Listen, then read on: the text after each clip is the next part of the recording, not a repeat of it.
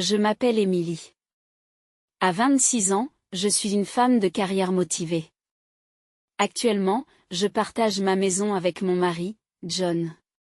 Dernièrement, j'ai envisagé de fonder bientôt une famille. Mais John pense que nous devrions d'abord construire une maison et nous installer avant d'envisager d'avoir des enfants. C'est pourquoi nous économisons avec diligence pour notre future maison. Malgré mon désir de fonder une famille rapidement, John reste inflexible sur sa position. Chaque fois que j'aborde le sujet des enfants, il répète qu'il faut d'abord fonder notre foyer. C'est décourageant de voir à quel point il ne tient pas compte de mon point de vue. Je me résigne à l'idée que je dois travailler plus dur pour contribuer à notre épargne. John et moi sommes mariés depuis 1 an et j'ai remarqué une tendance dans notre relation. Il tient rarement compte de mes opinions, un trait qui remonte à l'époque où nous nous fréquentions. Au départ, j'admirais ses fortes convictions. Mais dans le mariage, le respect mutuel des points de vue de chacun est essentiel. Je crains que notre mariage ne batte de l'aile, notamment en raison de l'influence de ses parents, qui vivent à quelques kilomètres de chez nous. John rend souvent visite à ses parents, invoquant des raisons telles que la réduction des dépenses. Cependant, j'ai découvert qu'il prenait des verres avec ses collègues de travail, omettant commodément ses dépenses dans ses calculs de frugalité. Je suis perplexe quant à la rigueur dont il fait preuve à mon égard en matière d'épargne. Il est indulgent avec lui-même. Sa frugalité s'étend à des questions triviales comme économiser l'eau chaude et éteindre les lumières prématurément, des directives qu'il n'impose qu'à moi. Si seulement il s'imposait les mêmes exigences à lui-même. Peut-être que notre relation ne serait pas aussi unilatérale. Je bouillonnerais de colère. Mais il semble croire qu'il est acceptable d'imposer ses idées aux autres. Chaque semaine, lorsque nous nous rendons chez ses parents, un nouveau problème fait surface. Cela ne fait pas 1 an que vous vous êtes mariés? Nous voulons de bonnes nouvelles bientôt. Eh bien, nous allons pouvoir voir notre petit-fils, s'exclament mes 2 beaux-parents, ce qui me met une pression énorme, en jetant un coup d'œil à Jean, assis à côté de moi. Je vois bien qu'il me jette un regard désapprobateur. Il est évident qu'il veut me dire de ne pas dire des choses inutiles. Bien que je partage le désir d'avoir un enfant, John insiste pour que nous construisions d'abord notre propre maison. Il est tout à fait inapproprié que mes beaux-parents fassent pression sur moi pour que j'aie un enfant dans cette situation. Plutôt que de conseiller Jean, qui n'écoute pas du tout ce que je dis sur le fait d'avoir des enfants, ma belle famille s'obstine à faire pression sur moi. Bien qu'ayant envie de parler, je suis réduite au silence par leur pression constante pour avoir un petit enfant. Après le repas, John annonce: je sors fumer une cigarette. Tu sais, Émilie, on dirait que tu travailles, mais si tu veux être une femme au foyer, tu devrais quitter ton travail et travailler dur pour être une bonne épouse. C'est peut-être pour ça que John ne fait pas attention à toi. J'ai l'impression qu'on me dit que je ne peux pas avoir d'enfants parce que je travaille. Malgré mon désir profond d'avoir des enfants, c'est John qui n'envisage pas d'en avoir de sitôt. Quitte ton travail, me demande ma belle famille. Je rétorque. C'est John qui m'a demandé de travailler. Pourquoi ne parles-tu pas d'abord à John avant de me faire constamment la leçon, d'exprimer ma colère? Je continue.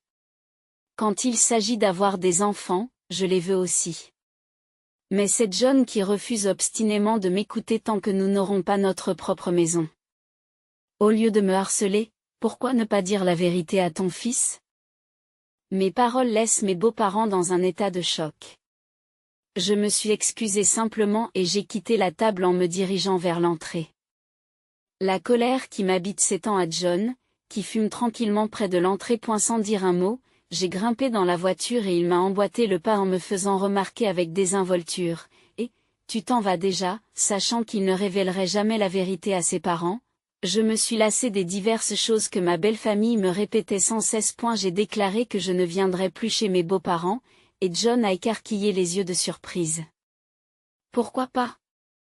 Nous pouvons économiser sur les frais de nourriture, n'est-ce pas? Tu veux aussi avoir une maison bientôt et des enfants, n'est-ce pas? Demande-t-il. Fatigué par les impositions continuelles de lui et de ma belle famille, j'ai répliqué. S'il s'agit d'économiser, je t'ai dit à maintes reprises que nous économiserions davantage si tu arrêtais d'aller à des soirées alcoolisées ou de fumer. A eu lieu d'aller chez tes parents pour économiser le prix d'un repas, pourquoi n'économiserais-tu pas de cette façon? Tout le monde a besoin d'une pause. Exprimant ma frustration, j'ai continué. Tu continues à m'imposer des choses, comme ne pas utiliser d'eau chaude et éteindre les lumières à 22 heures. Et si je dois faire tout cela toute seule, alors je n'ai pas besoin d'une maison. J'en ai assez. Tu ne sacrifies jamais rien toi-même, mais tu es d'accord pour l'imposer aux autres. Et elle a semblé minimiser la situation, disant que ce n'était pas grave. Mais je lui ai répondu que non. C'est grave. Combien de patience pensez-vous que j'ai eu pendant tout ce temps? De plus, j'ai été exaspérée par ces faux-semblants devant ses parents, faisant croire que c'était à cause de moi que nous ne pouvions pas avoir de petits-enfants. J'en ai assez d'être la seule à qui l'on demande d'avoir des petits-enfants. Ce n'est pas moi qui ne veux pas d'enfants. C'est John. Je le dis depuis longtemps. Je veux des enfants bientôt. Alors, s'il vous plaît, arrêtez de vous mettre en colère. Voir John se débattre avec ma colère inhabituelle m'a procuré un léger sentiment de satisfaction. Mais cela n'a pas tout résolu. Incertaine de ce qu'il fallait faire ensuite, j'ai regardé par la fenêtre de la voiture, ignorant John. Un mois plus tard, le décès d'un membre de ma famille, le frère de mon père, a marqué un tournant pour nous. Avec plusieurs terrains, un manoir luxueux et un style de vie somptueux, le décès de mon oncle est devenu une révélation pour John. C'est impressionnant. Je ne savais pas que tu avais un parent aussi remarquable, fit-il remarquer quelques jours plus tard. En apprenant la nouvelle de l'héritage de mon oncle, j'ai décidé de discuter des détails avec l'avocat de notre appartement. Reconnaissant qu'il s'agissait d'une affaire qui me concernait exclusivement et qui n'avait aucun rapport avec John, je lui ai poliment demandé de quitter la pièce, d'autant plus qu'il semblait mal à l'aise avec le concept d'héritage. Je voulais lui éviter tout problème potentiel s'il s'en mêlait. Après avoir écouté l'avocat expliquer les subtilités de l'héritage pendant environ 3 heures, je l'ai remercié et lui ai demandé de partir.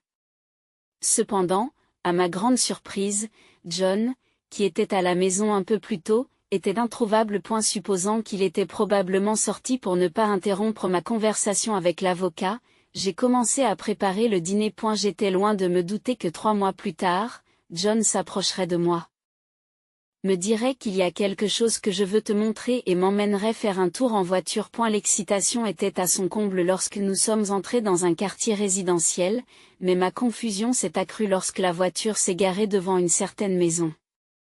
John a alors appuyé sur l'interphone et mes beaux-parents sont sortis de l'intérieur. Cependant, il était évident que cette maison n'était pas la leur. Vous avez finalement réussi. Quand est-ce qu'Emily et toi emménagez ici? Nous pensons emménager d'ici la fin du mois, annonça mon beau père. Et elle continua à me reprocher d'être une belle fille égoïste et m'accusa de toujours rejeter la responsabilité d'avoir des enfants sur John. J'ai jeté un regard désapprobateur à Jean, ne comprenant pas pourquoi il m'avait fait venir ici, alors que j'avais clairement indiqué que je ne rendrais plus visite à ma belle famille. Cherchant une explication, je l'ai interrogé et il s'est contenté de hurler en déclarant « Ne te mets pas en colère.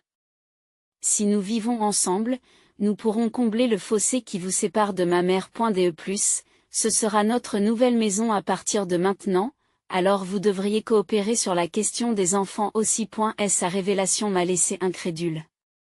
Je n'avais pas accepté de vivre avec eux, surtout après avoir explicitement déclaré que je n'irais plus chez mes beaux parents. Et la situation s'est encore compliquée du fait de la nature de la maison, comme l'a révélé John. C'est une maison à 2 familles. J'avais toujours prévu que nous vivrions un jour chez mes parents. Alors, quel est le problème de vivre dans une maison bifamiliale maintenant, demande-t-il. La question est restée en suspens pendant que je réfléchissais à la situation. Vivre dans une maison bifamiliale semblait être un problème important, surtout si l'on considère nos économies. Compte tenu de notre situation financière, la construction d'une nouvelle maison aussi splendide semblait impossible. Je n'arrivais pas à comprendre comment John y était parvenu. Mon père et moi avons contribué à l'argent, donc nos économies sont vides, mais ce n'est pas grave, n'est-ce pas? Mentionne John avec désinvolture, son attitude nonchalante me laisse perplexe. J'ai entendu dire que l'héritage de ton oncle valait 690 000 $. Donc, si tu utilises cet argent pour nous rembourser le coût de la maison à 2 étages, ça devrait aller, hein? Je suis resté interloqué. L'idée qu'il pense que mon héritage devrait être utilisé pour financer la maison sans mon consentement me déconcerte. Même si j'héritais de l'argent, la façon dont je l'utiliserais devrait être ma décision, pas la sienne. Frustré par mon rejet de leur proposition, John a fouillé dans son sac et en a sorti un formulaire de divorce pré-rempli à son nom. Votre argent est notre argent. Si vous n'aimez pas vivre ensemble, divorçons, a-t-il déclaré. J'ai pris le formulaire de divorce de sa main, exprimant que si la vie commune est l'alternative, le divorce est le meilleur choix.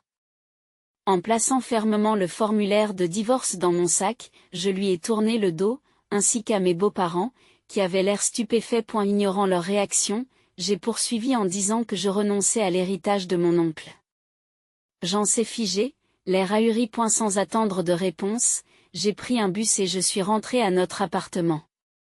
À mon arrivée, j'ai rapidement inscrit mon nom sur le formulaire de divorce, sur lequel figurait déjà le nom de John. J'ai ensuite déposé les papiers du divorce et j'ai immédiatement acheté des cartons dans un magasin de bricolage pour commencer à préparer le déménagement. Consciente que je ne pouvais pas m'occuper seule du déménagement, j'ai engagé une société de déménagement.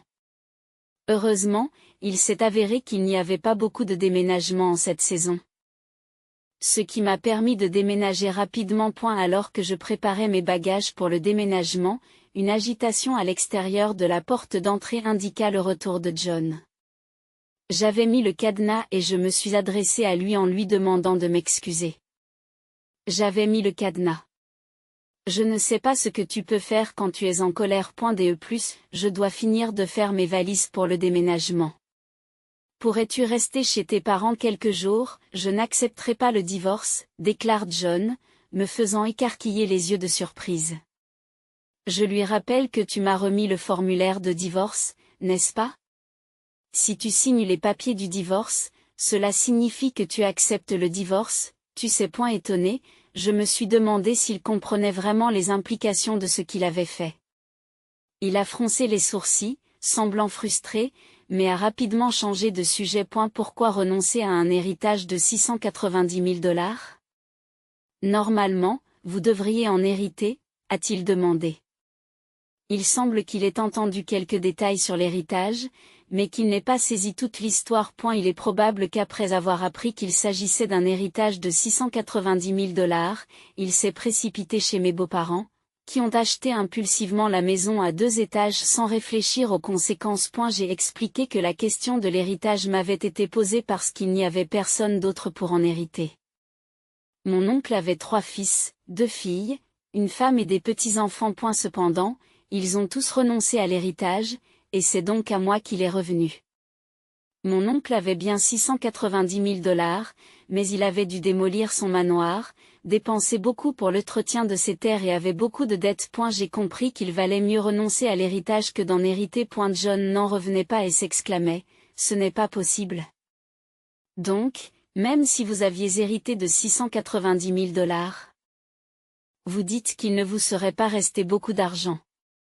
C'est de l'escroquerie. J'ai expliqué que l'avocat et moi avions eu une bonne discussion à ce sujet, mais que quelqu'un avait écouté aux portes et était parti avant d'avoir entendu toute l'histoire. Mes paroles l'ont laissé sans voix, et peut-être s'est-il enfin rendu compte qu'il était dans l'erreur.